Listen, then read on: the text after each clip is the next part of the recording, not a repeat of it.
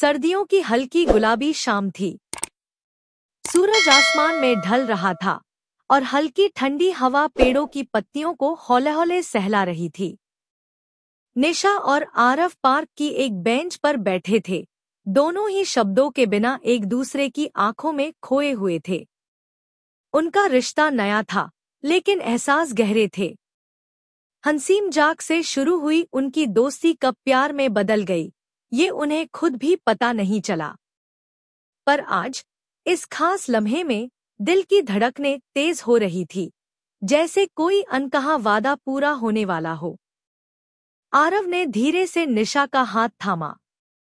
उसकी उंगलियां हल्की ठंड से ठिठुरी हुई थी, लेकिन आरव की गर्म हथेलियों ने उन्हें एक सुकून सा दे दिया। दोनों के बीच की दूरी अब नाम मात्र थी।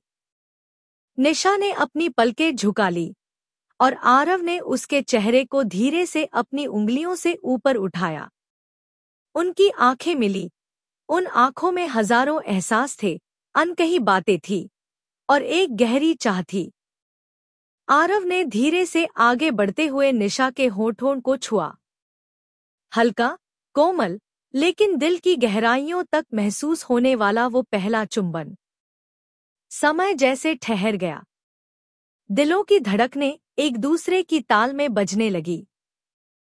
निशा ने अपनी आंखें बंद कर लीं और खुद को आरव के एहसासों में बह जाने दिया। उनकी सांसें एक दूसरे में घुलने लगी और हवा में एक जादुई सी खुशबू बिखर गई।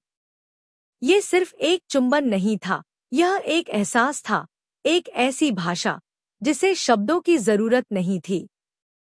जब वे अलग हुए, तो दोनों की आंखों में हल्की नमी थी, मगर चेहरे पर एक सुकून भरी मुस्कान थी।